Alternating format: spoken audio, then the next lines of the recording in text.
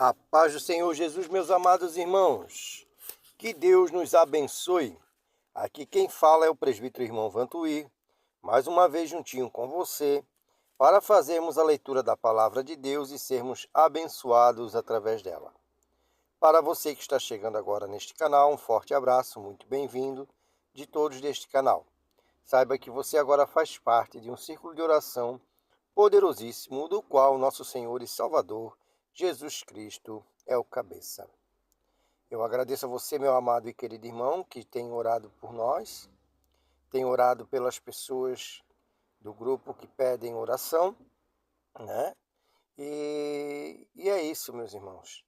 Nós estamos aí na leitura do livro de 1 Samuel. A gente começou a falar sobre Davi, né? E hoje nós vamos falar de um assunto muito importantíssimo, que vai falar da inveja, né? Só que essa inveja é a inveja de Saul, gente. A gente vai hoje ler no capítulo 18 sobre a inveja de Saul.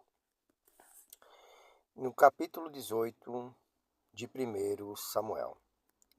Depois dessa conversa de Davi com Saul, surgiu tão grande amizade entre Jonatas e Davi, que Jonatas tornou-se o seu melhor amigo. Naquele dia em diante, Saul manteve Davi consigo e não o deixou voltar à casa de seu pai. E Jonatas fez um acordo de amizade com Davi, pois se tornará o seu melhor amigo. Jonatas tirou o manto que estava vestindo e o deu a Davi, com sua túnica e até sua espada, seu arco e seu cinturão. Tudo que Saul lhe ordenava fazer, Davi fazia com tanta habilidade, que Saul lhe deu um posto elevado no exército. Isso agradou a todo o povo, bem como aos conselheiros de Saul. Quando os soldados voltaram para casa depois que Davi matou o filisteu, as mulheres saíram de todas as cidades e de Israel ao encontro do rei Saul, com cânticos e danças, com tamborins, com músicas alegres e instrumentos de 3 cordas. As mulheres dançavam e cantavam. Saul matou milhares e Davi dezenas de milhares. Saul ficou muito irritado com esse refrão e, aborrecido, disse: atribuíram a Davi dezenas de milhares, mas a mim apenas milhares? O que mais lhe falta senão o reino? Daí em diante, Saul olhava com inveja para Davi. No dia seguinte, um espírito maligno mandado por Deus apoderou-se de Saul e ele entrou em transe em sua casa, enquanto Davi tocava a harpa, como costumava fazer. Saul estava com uma lança na mão e atirou, dizendo: encravarei Davi na parede. Mas Davi desviou-se 2 vezes. Saul tinha medo de Davi porque o Senhor o enviar abandonado. Saul tinha medo de Davi porque o Senhor havia o abandonado. E agora estava com Davi. Então afastou Davi de sua presença e deu-lhe o comando de uma tropa de 1000 soldados, que Davi conduzia suas campanhas. Ele tinha êxito em tudo o que fazia, pois o Senhor estava com ele. Vendo isto, Saul teve muito medo dele, todo Israel e todo Judá. Porém, gostavam de Davi, pois ele os conduzia às suas batalhas. Saul disse a Davi: a velha Merabe, eu a darei em casamento a você. Apenas sirva-me com bravura e lute as batalhas do Senhor. Pois Saul pensou: não a matarei. Deixo isso para os filisteus. Mas Davi disse a Saul: quem sou eu? O que é a minha família ou o clã de meu pai em Israel? para que eu me torne genro do rei? Por isso, quando chegou a época de Merabe, a filha de Saul, ser dada em casamento a Davi, ela foi dada a Adriel de Meolá. Milca, a outra filha de Saul, gostava de Davi.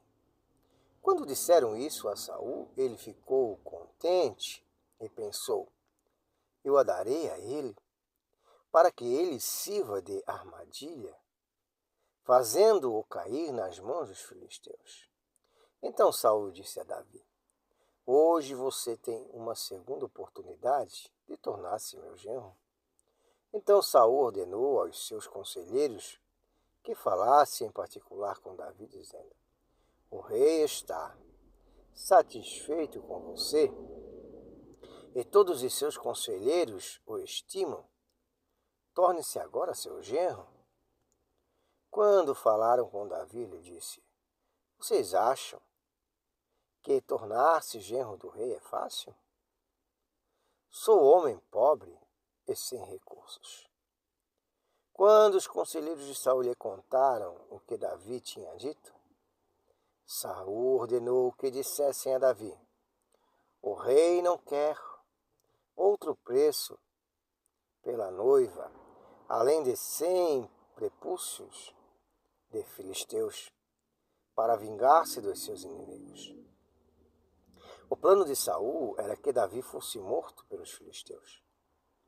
Quando os conselheiros falaram novamente com Davi, ele gostou da ideia de tornar-se genro do rei.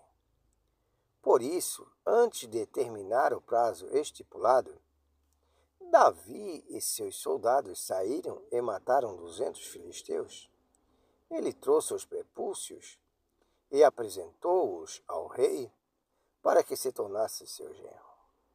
Então Saul lhe deu em casamento sua filha Mical. Quando Saul viu claramente que o Senhor estava com Davi e que sua filha Mical o amava, temeu ainda mais e continuou seu inimigo pelo resto de sua vida. Os comandantes filisteus continuaram saindo para a batalha, e todas as vezes que o faziam, Davi tinha mais habilidade do que os outros oficiais de Saul, e assim tornou-se ainda mais famoso. Amém, meus amados? Este é um assunto bem forte, é um assunto bem discutido, meus amados. A inveja. Outra coisinha bem triste na vida do ser humano é a inveja. Pois ela só não desgraça a vida de quem a tem, não, ela não só atrasa e destrói aquele quem tem inveja, quanto ela faz de tudo para prejudicar aquele a quem está indo bem. Aqui vemos não somente Saul, mas algumas outras pessoas tentando destruir Davi com todas as forças. A situação, a história poderia ser bem diferente. Se houvesse humildade no coração de Saul, ele se aproximaria de Davi para que seu reinado fosse cada vez melhor e para que o povo vivesse melhor e para que sua filha fosse feliz ao casar-se com Davi. Mas não é essa a intenção de Saul. Saul quer destruir Davi. E cada dia mais a inveja fazia com que Saul armasse mais ciladas, mais problemas para a vida de Davi. Só tem um porém, meus amados. Um ponto que é crucial nessa história. Quem escolheu Davi foi Deus. Quem escolheu levantar a Davi foi Deus. E quem pode ir contra Deus? Porque naquele momento quem tentava destruir a Davi estava tentando destruir os planos de Deus. E os planos de Deus, meus amados, nunca se frustrarão. Nesse momento aqui, Davi vai criando mais habilidade pela vontade de Deus. As batalhas que Davi enfrentava, cada batalha que ele enfrentava, ele se tornava mais habilidoso no que fazia. E isso nos faz refletir sobre um outro ponto importante nessa história de Davi. Né? Às vezes, reclamamos das nossas lutas, das nossas batalhas. Mas quando uma situação chega em nossas vidas, há duas situações. Ou a gente é derrotado pelo problema, ou a gente se força a buscar a solução para eles. De duas maneiras.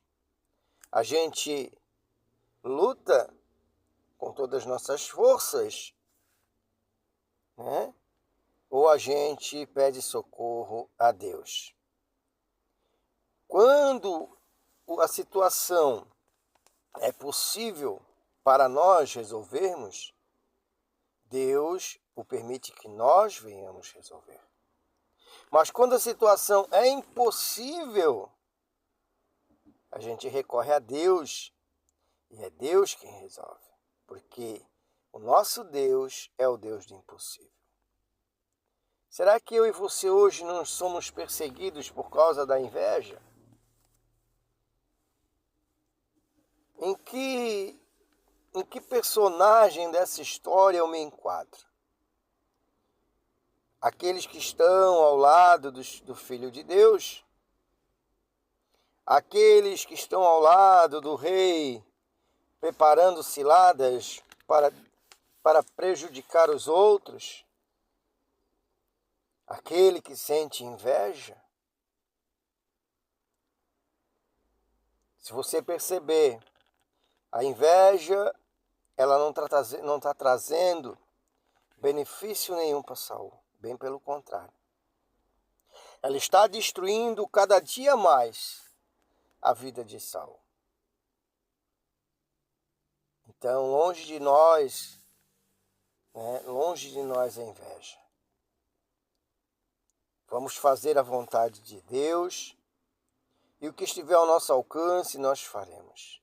Mas aquilo que é impossível para nós, a gente clama a Deus e Deus traz a solução.